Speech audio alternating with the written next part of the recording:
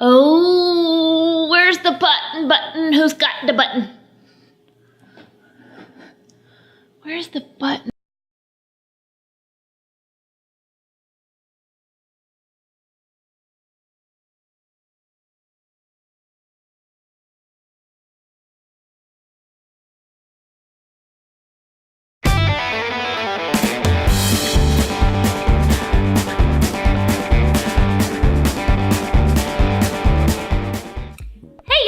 It's me, Gina, and welcome to my kitchen. So we are going to try this cinnamon cake to be gluten-free.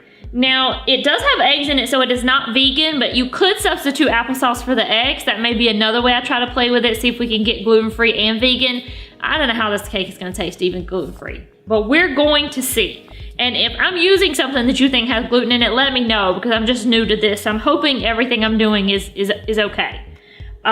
First, we need to get our ingredients together. In my big bowl right here, I already have 1 box of vanilla. What the crap flavor is vanilla? 1 box of vanilla or yellow gluten-free cake mix. This is the one that I got at Betty Crocker. It's a little less weight, just by a smidge, than normal boxes of cake mix. I hope that does not affect anything. I also have 1 packet of instant vanilla pudding. I did use the Kraft Jell-O brand instant pudding. I did some research. There was no gluten ingredients listed on the back, and it did say that most of the time Kraft Jell-O instant pudding is gluten-free. So I didn't see anything listed on the ingredients for that. We have 5 eggs. We also have 3/4 cup of oil. I'm using soybean oil. I know it's probably not healthy, but it is gluten-free. I have 3/4 cup of water, which I know is gluten-free. I have 1 teaspoon of vanilla extract and 1 teaspoon of butter extract. And both of these are McCormick extracts.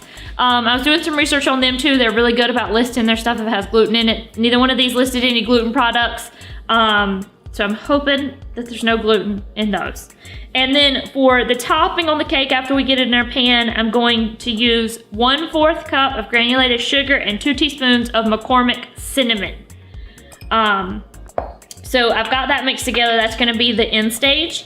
So right now, basically just gonna mix everything together, dump everything in the bowl and mix it up. That's one reason I love the cake, and it's great because it's my hubby's favorite cake. So we are just going to start dumping stuff in, y'all. This is the kind of cake that I like to make. Dump it and leave it.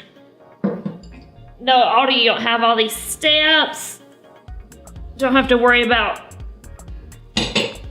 doing half of this and half of that, and just simple cake. And I hope it's just as good. So I'm gonna set my cinnamon to the side. I'm going to mix all of this together. And I have my mixer precariously plugged in on the opposite side of the counter. And my mixer is not working. Stand by for technical difficulties. What happened to my mixer? You didn't plug it in. Woo!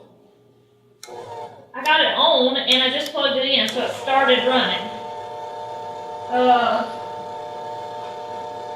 need something to kind of hold it up. Okay, don't run away, mixer.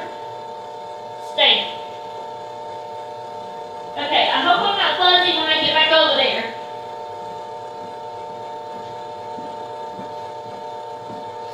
Woo, phantom mixer. Okay, so I do have my mixer plugged in rather crazily to the lighting system. So we're just gonna mix all this up. You can really do it by hand. It's not that much. I just gonna take a little shortcut and just do it with a mixer. I can already tell that with that cake mix, the cake mix it looked a little more dense and heavy than normal cake mixes. I guess because it's not using wheat flour, and it's really not mixing like it normally does. I'm still gonna cross my fingers that this turns out to be a decent cake. I will let y'all know.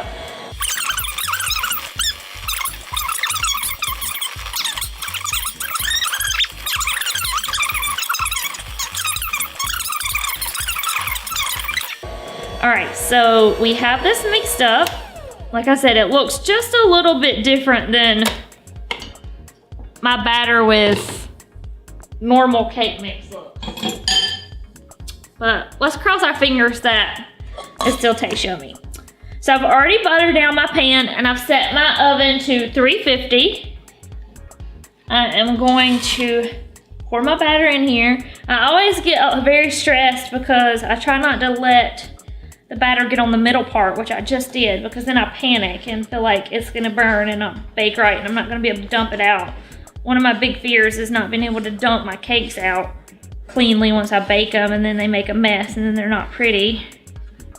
I have a lot of irrational fears, but that's a story for another day. All right, let's get all this batter in there. Looks like maybe it's not quite as much batter. Let's just... It tastes the same. The batter does, so. All right, next we're gonna get a knife, just a little butter knife. And what we're gonna do is we're just gonna sprinkle some of this just around on top. Hopefully the upper camera level there will give you a better idea of what I'm doing, because I know this front camera can't see anything. So I just eyeball maybe about half. And then I just take my knife and I just swirl it around in here to try to get it down, and that just drops the cinnamon and the sugar down into the cake. So when you cut a piece of cake out, it has cinnamon all the way through it and sugar, and it's so good. So good. Okay, once I have that done, I'm gonna sprinkle a little more on top, because you want a coating on the very top that you don't sink down, but you don't want it like really a lot. So I'm gonna kind of swirl this layer in just a little bit too. I also don't know how long this bakes for. That's good. Normally the cinnamon cake in my oven, for some reason my oven I feel like always bakes hot and fast. Generally it's about 30 minutes. My oven bakes in about 25. So I'm gonna put this in there and I'm gonna set the thing for 18 minutes just because I don't wanna burn the cake. And I'll just keep checking it and I'll come back and let y'all know exactly how long it took to bake it. But I'm going to pop this bad boy in the oven and we will be back with y'all to show y'all how this gluten-free cake turned out. So fingers crossed, because if I mess up my hubby's favorite cake, he might be mad on his birthday. All right, y'all. So here is our gluten-free cinnamon cake. I took it out when it was still a little warm, put it on a cake plate, put the top on it so the moisture would keep getting in here and hopefully make it a little softer into the cake. That did not happen, but it's not bad for a gluten-free cake. I cooked it. Oh, stop, we're almost done with this video. So I baked it about 25 minutes total. I started out at 18, still was not done. At 25 minutes, it was still just a little bit undone in the middle, but I didn't want the edges to burn. So like I said, as soon as I pulled it out in the metal bundt pan, I put a metal cookie sheet on top of it to kind of keep it hot in there to heat up the middle, and it worked. Now for the real test, let's taste it and see if it tastes as good as a cinnamon cake.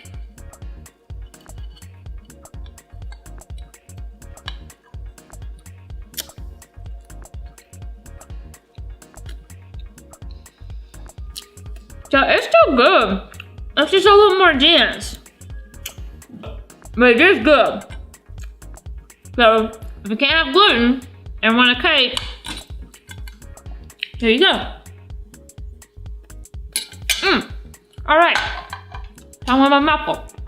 Woo! All right, y'all, so that is our gluten-free cinnamon pound cake. Blah, blah, blah.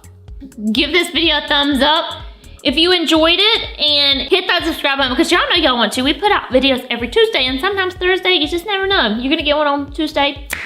We don't know. Sometimes Thursday, maybe sometimes Wednesday. Definitely Tuesday. So hit that subscribe button so you don't miss it, and we will see y'all next time. Stay sweet, y'all.